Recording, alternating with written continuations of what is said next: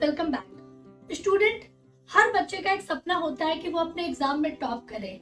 बहुत सारी एफर्ट्स लगाने के बाद भी कभी कभी चीजें हमारे अकॉर्डिंग नहीं हो पाती और रिजल्ट हमारी एक्सपेक्टेशन के हिसाब से हमको नहीं मिलता।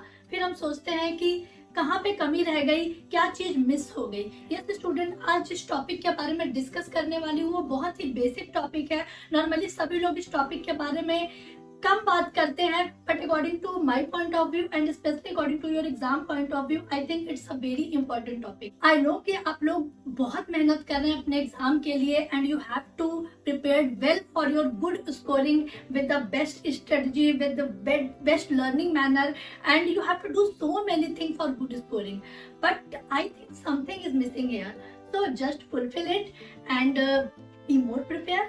So let's begin with this.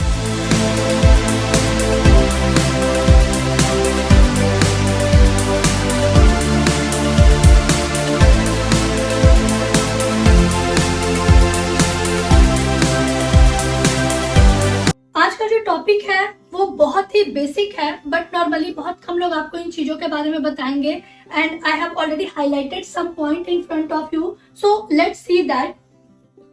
आज के टॉपिक में मैं आपसे डिस्कस करने वाली हूँ कि आपका राइटिंग मैनर कैसा होना चाहिए। आपके बोर्ड एग्जाम में आप जो अपनी कॉपी को रिप्रेजेंट करते हैं वो कैसा होना चाहिए। एक एग्जामिनर के सामने जब आपकी कॉपी जाती है तो उसका रिएक्शन कैसे होता है। आपको उस रिएक्शन को अगर अपने अकॉर्डिंग करना है, अपने पॉजिटिव बनाना है, तो आपको कौन कौन सी चीजें यहाँ पे करनी चाहिए, कौन कौन से पॉइंट्स वहां पे मेंशन करने चाहिए। So let's start with these facts. First point is that don't use new pen during your exam. Yes student, आपको हंसी आ रही होगी कि ये मैंने क्या लिखा है, but it is really a very important fact. बच्चे बहुत एक्साइटेड होते हैं अपने एग्जाम के टाइम में और न्यू पेन्स यूज करते हैं, नए नए पेन लेके आएंगे और उसको एग्जाम टाइम में लेके जाएंगे। उसका जो सबसे बड़ा डिमेरिट क्या होता है कि अगर आपका पेन न्यू है तो उसमें स्मूथनेस प्रॉपर नहीं रहेगी। अगर आपने न्यू पेन लिया भी है तो आप उसे घर में एक बार अपनी कॉपी पर 2 या 3 पेजेस उससे पहले लिख लीजिए, उसके बाद आप उसको एग्जाम में यूज करिए। उससे आपकी जो राइटिंग की फ्लुएंसी होती है उस पर इफेक्ट नहीं पड़ेगा, आप कंटिन्यूअसली राइटिंग अपनी प्रॉपरली कर पाओगे। पेन आपका बीच में रुकेगा नहीं और आपकी राइटिंग का जो एक कॉन्स्टेंसी है वो कम नहीं होगी। आप प्रॉपरली अपना सीनियर वे में, एक सीक्वेंस वे में लिखते चले जाओगे। So don't use new pen during your exam. Second point is that Don't put the cap on the back of your pen. बच्चे क्या करते हैं कि पेन यूज करते हैं तो कैप को उसके बैक पे लगा देते हैं। उसका भी एक बहुत बड़ा डिमेरिट है। डिमेरिट क्या है कि जब भी आप कैप को अपने पेन के बैक में लगा देंगे तो पेन का वेट जो होता है वो बढ़ जाता है और पेन का वेट बढ़ने से आपकी जो राइटिंग की फ्लुएंसी है वो लो हो जाती है। मीन्स आपकी राइटिंग स्लो हो जाएगी। अगर आप एक कॉन्स्टेंटली लिख रहे हैं किसी चीज को, वहां पर वो डिम हो जाएगी बिकॉज आपके पेन के ऊपर कैप लगी है, वो ऑलरेडी हैवी हो चुका है, तो आपकी राइटिंग स्किल लो हो जाएगी। तो इस चीज को आप स्किप करिएगा। बहुत बेसिक सा पॉइंट है, बहुत इंपॉर्टेंट है। Okay, third point is that left the first page of your answer sheet. आपकी जो आंसर शीट होती है बोर्ड एग्जाम की वो नॉर्मली 24 से 40 पेजेस तक होती है और जो उसका फर्स्ट पेज होता है वो आपकी पर्सनल डिटेल्स का होता है, जिसमें आप अपना नाम, रोल नंबर और बाकी चीजें मेंशन करते हैं। कुछ बच्चे क्या करते हैं, उसके जस्ट नीचे से ही अपना आंसर लिखना स्टार्ट कर देते हैं, but it is the wrong way. Let me show an example in front of you. Like this is your copy. अगर ये आपकी कॉपी है और यहाँ पे आपको अपना सारा कुछ पर्सनल डिटेल आपने भर दिया है, तो बच्चों की क्या प्रॉब्लम होती है कि वो यहाँ से स्टार्ट करते हैं, but this is the wrong manner. आपको इस पेज को लेफ्ट करना है और ये पूरा जो सिंगल पेज होता है जहाँ पे आपका पर्सनल डिटेल होता है और उसके बैक का जो पेज होता है उसको आपको पूरी तरह से लेफ्ट करना है और अपनी आंसर की स्टार्टिंग आपको न्यू फ्रेश पेज से करनी है। This is the right manner of your writing. Okay, so use this manner. Next point is that leave 2 or 3 lines space between your every answer. अपने हर आंसर के बीच में आपको 2 या 3 लाइन का गैप देना है ताकि आपका आंसर जो है वो पर्टिकुलर दिखाई दे और बहुत नीट और क्लीन दिखाई दे। और ऑब्वियसली बात है कि अपने एग्जाम में आपको नीट और क्लीन तो लिखना ही है, बट आंसर के बीच में अगर आप गैप देंगे लाइंस का तो आपका हर एक आंसर पर्टिकुलरली एग्जामिनर के सामने बहुत ब्यूटीफुली शो होगा। और बहुत ही अगर नीट और क्लीन कॉपी किसी भी एग्जामिनर के सामने आती है तो उसका मन वैसे ही खुश हो जाता है और आपके मार्क्स में एक पॉजिटिव वे बढ़ जाता है।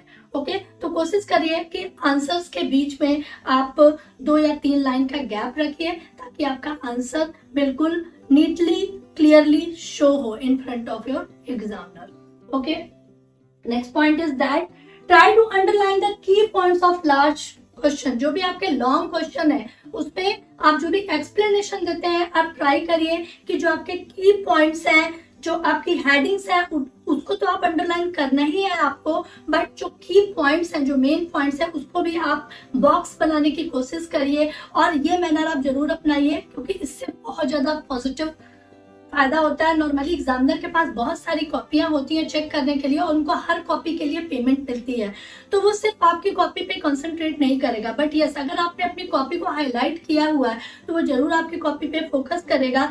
जिन चीजों को आपको हाईलाइट करना चाहिए, जिन चीजों को आपको उसके सामने दिखाना है उसको हाईलाइट करिए ताकि आपकी कॉपी जब उसके सामने आए तो वो इम्प्रेस हो और मार्क्स उसके पेन से फटाफट आपकी कॉपी पर मिले। तो this is the positive way. Okay, next point is that avoid crossing the answer. ये तो बेसिक सा पॉइंट है कि बहुत से बच्चे बहुत कटिंग करते हैं, अगर उन्होंने कुछ लिखा है तो उसको 2 से 3 बार काट देते हैं। वो क्या होता है, वो एक अलग से हाईलाइटेड हो जाता है, ठीक है, जो बहुत ही बैड इफेक्ट देता है एग्जामिनर पर। तो इस चीज को आप अवॉइड करिए। अगर आपको कुछ काटना है तो उसको एक बॉक्स बना दीजिए वहां पे और पेंसिल से उसको कट कर दीजिए ताकि वो पता चल जाएगा कि वो अवॉइडेड पोर्शन है, वो चेक नहीं करेंगे। सो क्रॉसिंग बहुत कम करिए। योर एग्जाम की कॉपी बहुत ही नीट और क्लीन होनी चाहिए। तो try to should write manner in your writing. Okay, now student we have to turn on the diagrams portion. ओके, जो डायग्राम का आपका पोर्शन होता है, साइंस में जो भी डायग्राम आप बनाते हैं उसका जो एक बनाने का मैनर होता है उस पर बहुत ज्यादा फोकस करने की जरूरत होती है। बच्चे बहुत बेसिक पॉइंट्स को मिस कर देते हैं और जिससे उसके मार्क्स पे बहुत ज्यादा इफेक्ट पड़ता है। ओके, सो चलिए देखते हैं आपको अपने डायग्राम्स पे किन चीजों पे फोकस करना है। जो पहला पॉइंट हाईलाइट किया मैंने, that is labelling should be done at the right hand right of your page. ये चीज को आपको बहुत ज्यादा ध्यान रखना है कि जो भी आपके बायोलॉजी के जो डायग्राम होते हैं उसका जो एक राइट मैनर होता है डायग्राम बनाने का, कि आपका जो डायग्राम होना चाहिए उसकी जो लेबलिंग होनी चाहिए वो हमेशा राइट हैंड साइड पे होनी चाहिए। बच्चे क्या करते हैं, डायग्राम को चारों तरफ से फैला देते हैं, but it is the wrong way. ठीक है, इसको आपको नहीं फॉलो करना है। You should only follow the right manner of diagram, that is labeling your diagram with the right hand side of your page. Okay, and yes, second point is that write the title of diagram in capital letter. जो भी diagram आप बनाते हैं उसका जो आप diagram की जो लेबलिंग करते हैं उसको आपको अगर हाईलाइट करना है तो कैपिटल लेटर से स्टार्ट करिए। अगर आप डाइजेस्टिव सिस्टम बना रहे हैं तो डाइजेस्टिव सिस्टम का आपका डी कैपिटल होना चाहिए और सिस्टम का एस कैपिटल होना चाहिए और डायग्राम जो होना चाहिए वो आपका प्रॉपर एक सीक्वेंस में होना चाहिए। ओके, तो इन चीजों का आपको ध्यान रखना है। And next point is that avoid the multiple strokes with the scales.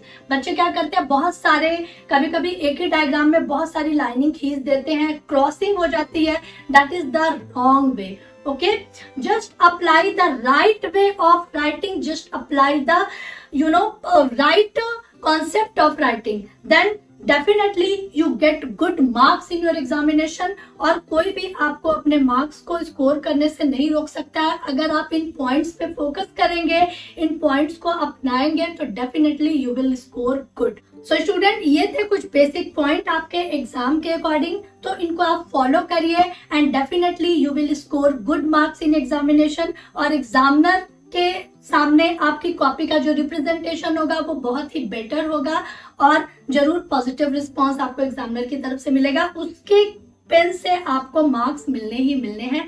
This is my guarantee. Okay, so don't forget, when million of things can brings you down, then find one reason to keep you up. Okay, so मिलते हैं next video पे। तब तक आप सब लोग अपना ध्यान रखिए, पढ़ते रहिए। अगर वीडियो अच्छी लगी है तो शेयर करिए।